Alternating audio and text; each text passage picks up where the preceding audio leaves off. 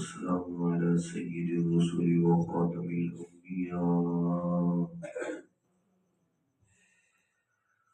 أما بعد فأعوذ بالله من الشيطان الرجيم.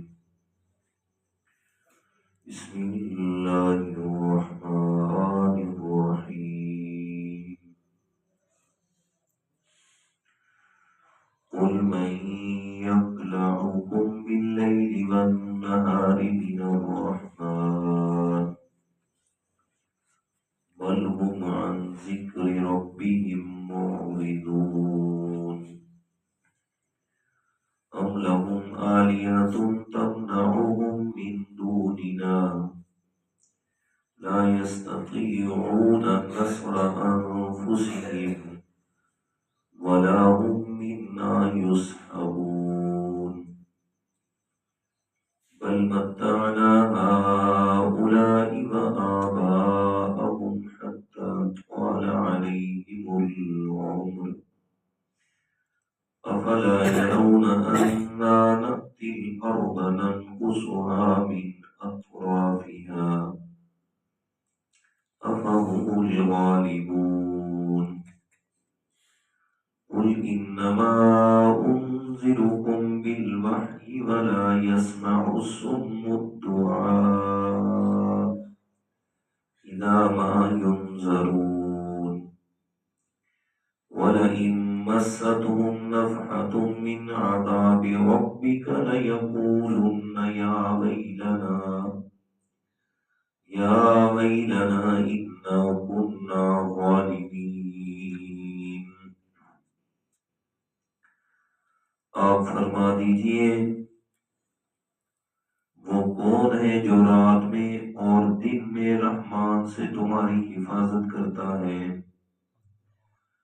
بلکہ وہ لوگ اپنے رب کی توحید سے انکار کیے ہوئے ہیں۔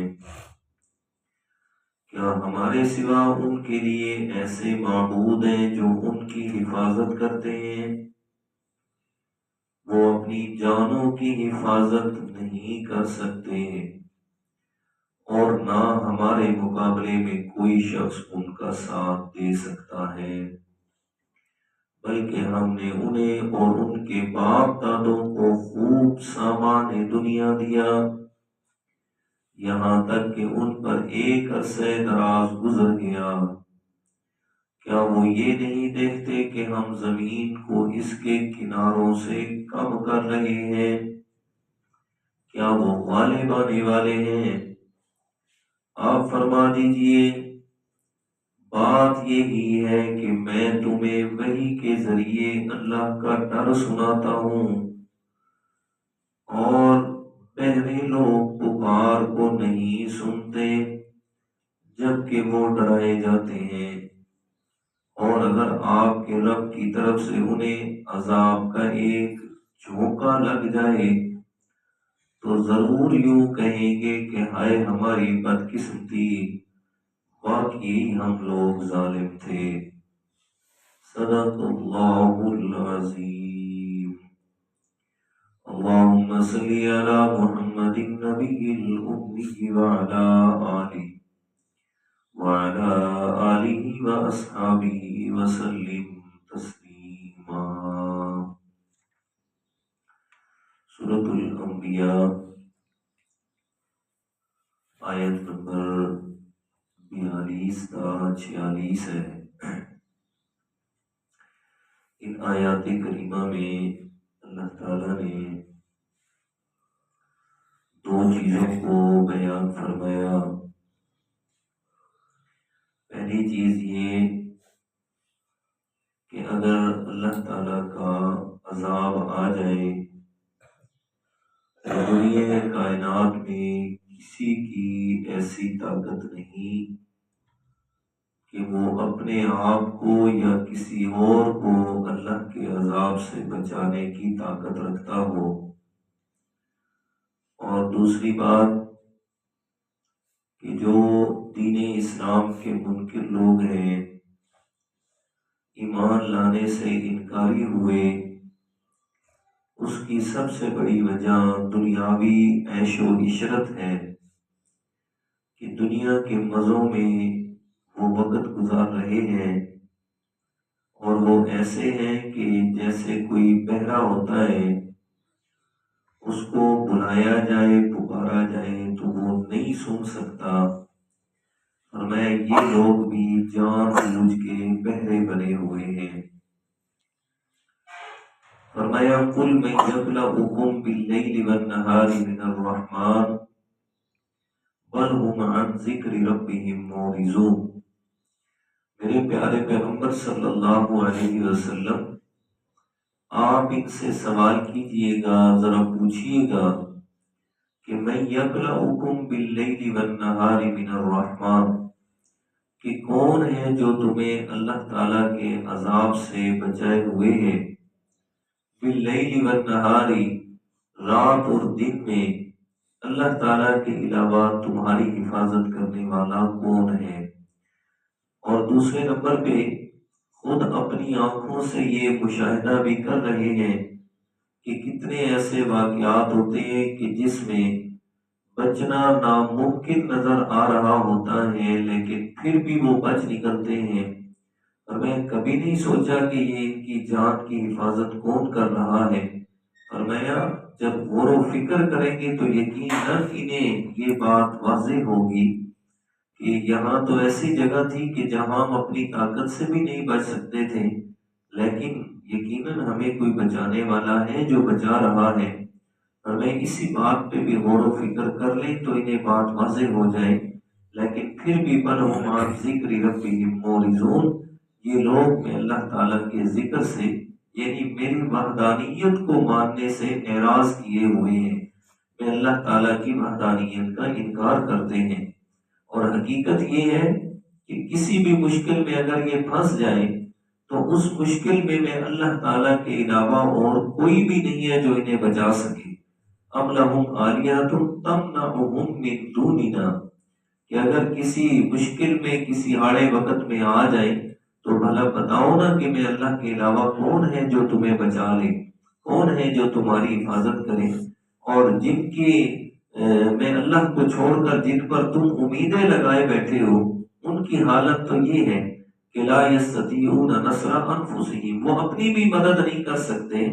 وہ اپنی جان بھی نہیں بچا سکتے، بھلا وہ تمہارے ساتھی کیسے بن جائیں گے جو اپنی جان کو بچانے میں بھی اتنے قاصر اور کمزور ہیں، تو بھلا وہ ساری جہان اور ساری کائنات کو کیسے محفوظ رکھیں گے۔ تو اس لیے میں اللہ تعالیٰ کی وحدانیت کو سمجھو، اور میں اللہ تعالیٰ نے اس سے پہلے جو دلائل توحید بیان فرمائے کہ زمین و آسمان کا نظام، یہ ساری کائنات، یہ چاند، یہ سورج، یہ ستارے، یہ فصلیں، یہ پھل، یہ فروٹ، یہ فضائیں، یہ ہوائیں، یہ پرندے، یہ چرندے، یہ جانور، یہ جو کچھ بھی ہے، ہر ایک چیز یہ میں اللہ تعالیٰ کی وحدانیت پر بڑی دلیل اور بڑی نشانی ہے کہ ایک ایک مخلوق کو میں اللہ تعالیٰ نے کیسے پیدا کیا، پھر یہ پہاڑ بنائے، یہ زمین بچھائی، پھر زمین کے اندر قوت نمیائی پیدا فرمائی، آسمان کے اندر بارش برسنے کی قوت میں اللہ تعالیٰ نے یہ پیدا فرمائی، پھر بارش کے اندر وہ طاقت پیدا کی کہ جس سے زمین میں زرخیزی میں اللہ تعالیٰ نے پیدا فرما دی، بارش کا آنا، زمین سے فصلوں کا اگنا،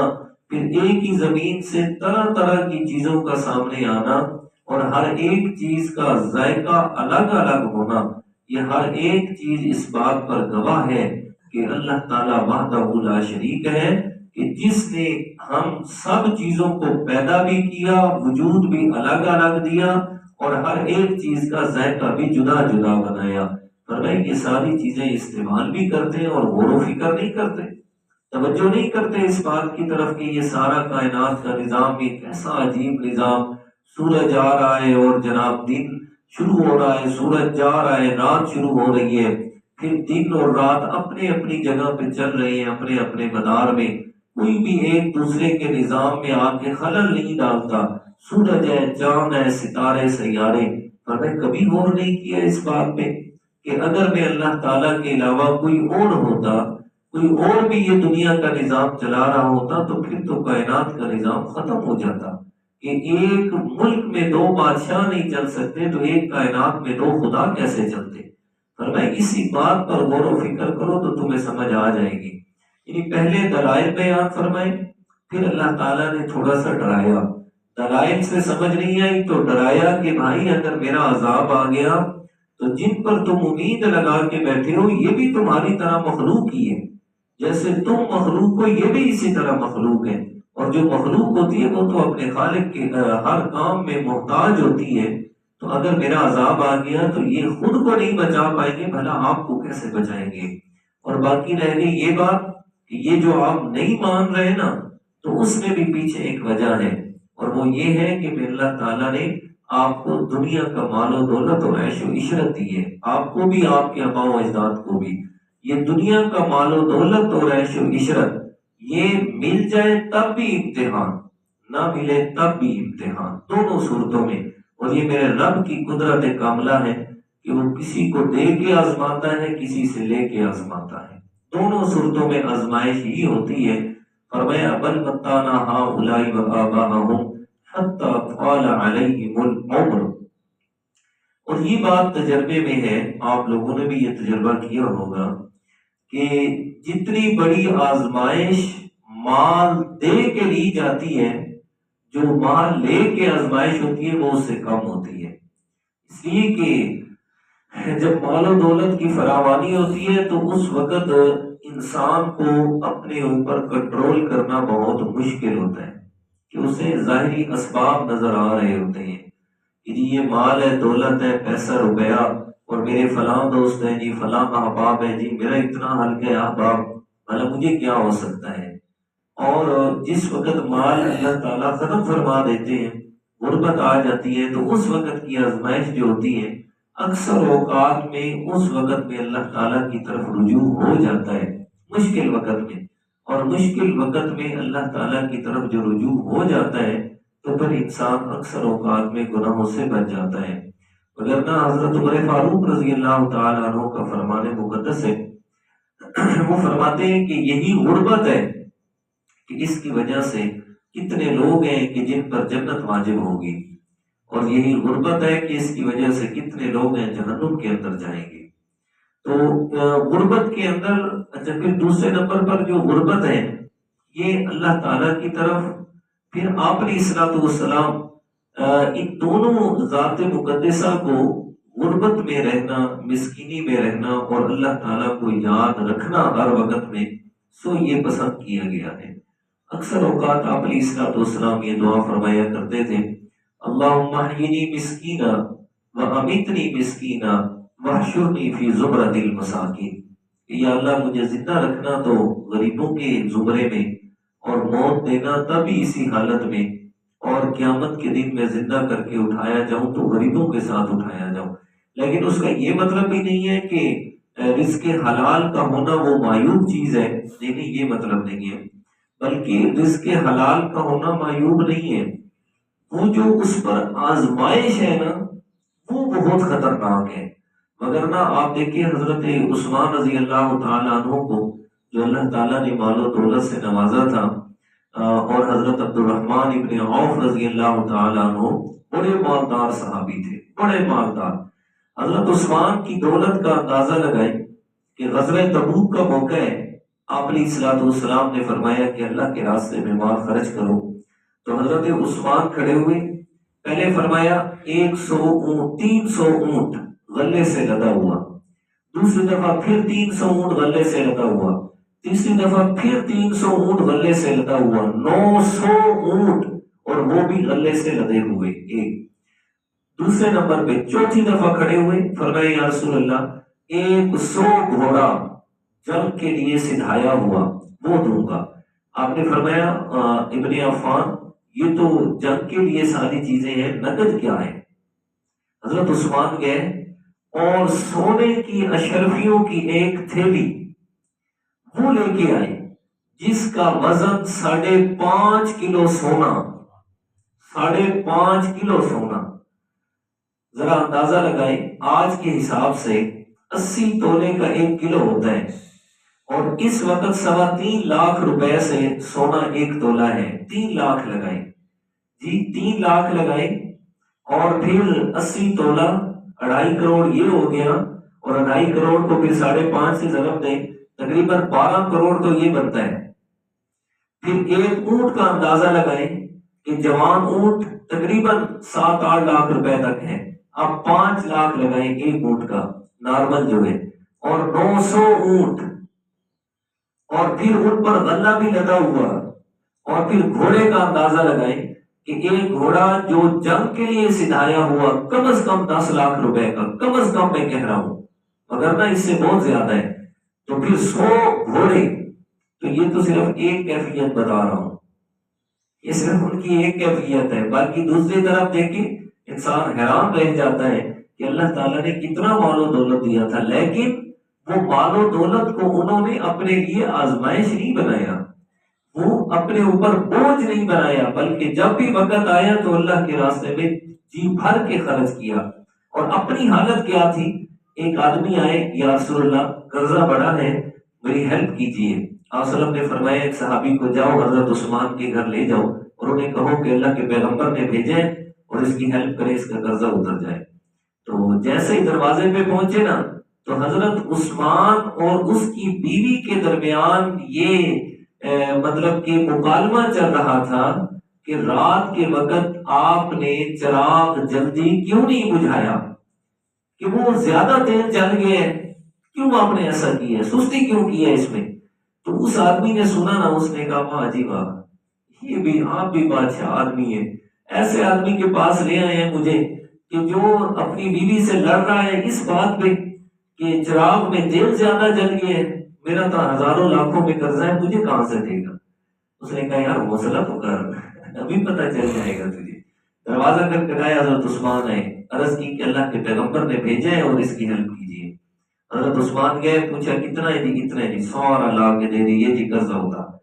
اس نے رکا نہیں، پھر اس نے کہا یار عجیب بات ہے، ابھی تو اپنی بیوی سے لڑ رہا تھا اس بات پہ اور تو نے اتنا مال دے دیا۔ نے فرمایا کہ وہ جو گھر میں استعمال ہو رہا ہے نا ساری چیزیں، اس کا حساب رب کو دینا ہے، اور یہ اس کے راستے میں دے رہے ہیں نا، یہ تو اللہ نے حساب ہمیں دینا ہے، ٹھیک ہے؟ تو اس لیے تو یہ فرمایا بل متانا ہاؤلائی و آباؤں حتی اطفال علیہم العمر، مال کا مل جانا یہ آزمائش ہے، اور اکثر اوقات میں ایسے ہی ہوتا ہے کہ دنیا کی عیش و عشرت کی وجہ سے انسان ایمان، اسلام کے احکام، ان چیزوں کو بھول جاتا ہے۔ آپ دیکھ لیں کہ معاشرے کے اندر بھی یہی بات ہے، اکثر اوقات میں شادیوں کے موقع پر اسلام اور دین اور شریعت کے احکام کی دھجیاں اڑائی جاتی ہیں۔ کیوں؟ خوشی کا موقع ہوتا ہے، ادھر سے پیسے چاہے جائز چاہے ناجائز، حلال حرام سب اکٹھا کیے ہوئے ہیں کہ جی میں نے بیٹے کی شادی پہ جی بھر کے خوشیاں کرنی ہے، وہاں کوئی اس بات کا لحاظ نہیں ہوتا۔ لیکن دوسری طرف جب کوئی دکھ آ جائے نا، بڑی آزمائش آ جائے، تو پھر رب کی طرف ہی رجوع ہوتا ہے، پتہ ہوتا ہے کہ اب اللہ کی رحمت کوئی بھی اس کو ٹالنے والا نہیں ہے۔ افلا یرون انا نأتی الارض ننقصها من اطرافها، فرمائے کیا یہ لوگ خیال کرتے ہیں کہ یہ دنیا کا مال و دولت سب کچھ ہمیشہ ہمارے پاس رہے گا؟ فرمائے کیا نہیں دیکھتے یہ لوگ کہ میں اللہ تعالیٰ زمین کو چاروں طرف سے جو ہے نا وہ منقبض کر رہا ہوں، یعنی کہ اس کو گھٹا رہا ہوں۔ کیا مطلب؟ ایک تو یہ کہ قیامت قریب ہے، ایک اس سے مرادی مانا، اور دوسرا یہ کہ اسلام جو ہے وہ دن بدن پھیل رہا ہے، اور کفر کی زمین جو ہے وہ کم ہو رہی ہے، منقبض ہو رہی ہے۔ فرمایا یہ اللہ تعالیٰ نے فرمایا یہ اسلام کا پھیلنا اور کفر کی زمین کا منقبض ہونا، افہم الغالبون، ابھی تم کہتے ہو کہ ہم ہی غالب رہیں گے؟ نہیں نہیں، میں اللہ تعالیٰ کی طرف سے یہ حکم ہے کہ میں اللہ نے دین اسلام بھیجا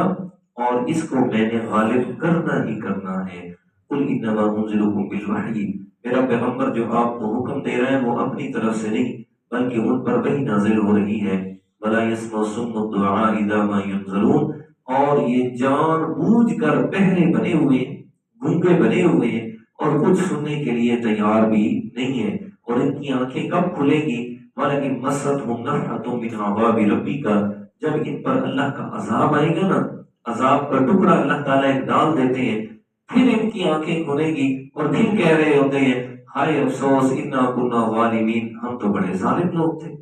ہم تو اپنے اوپر ظلم کرتے رہے، ہمارے ساتھ یہ ہو گیا، یہ عذاب آ گیا۔ پھر آنکھیں کھلتی ہیں، جیسے کہ کچھ دن پہلے امریکہ کی آنکھیں کھلی ہوئی تھی، جب آگ لگائی نا اللہ تعالیٰ نے، پھر تو کوئی جگہ نہیں ملتی تھی کہ جائیں کس سائڈ پہ، تو یہ فرمایا نفحتم من عذاب ربی کا، کہ میں اللہ تعالیٰ کی طرف سے عذاب آتا ہے، ایک جھونکا، چھوٹا سا جھونکا عذاب کا بھیجتا ہوں، اور پھر ساری بدماشیاں عیاشیاں نکل جاتی ہیں، اور پھر کہتے ہیں یا اللہ ہم پہلے ظلم کرتے رہے، ایک مہلت دے دے اور پھر دوبارہ ایسا نہیں کریں گے، لیکن مہلت دی مل بھی جاتی ہے اور پھر بھی وہ اپنی اکڑ اور فخر چھوڑنے کے لیے تیار نہیں ہوتے۔ اللہ تعالیٰ من کی توفیق عطا فرمائے۔ الحمدللہ۔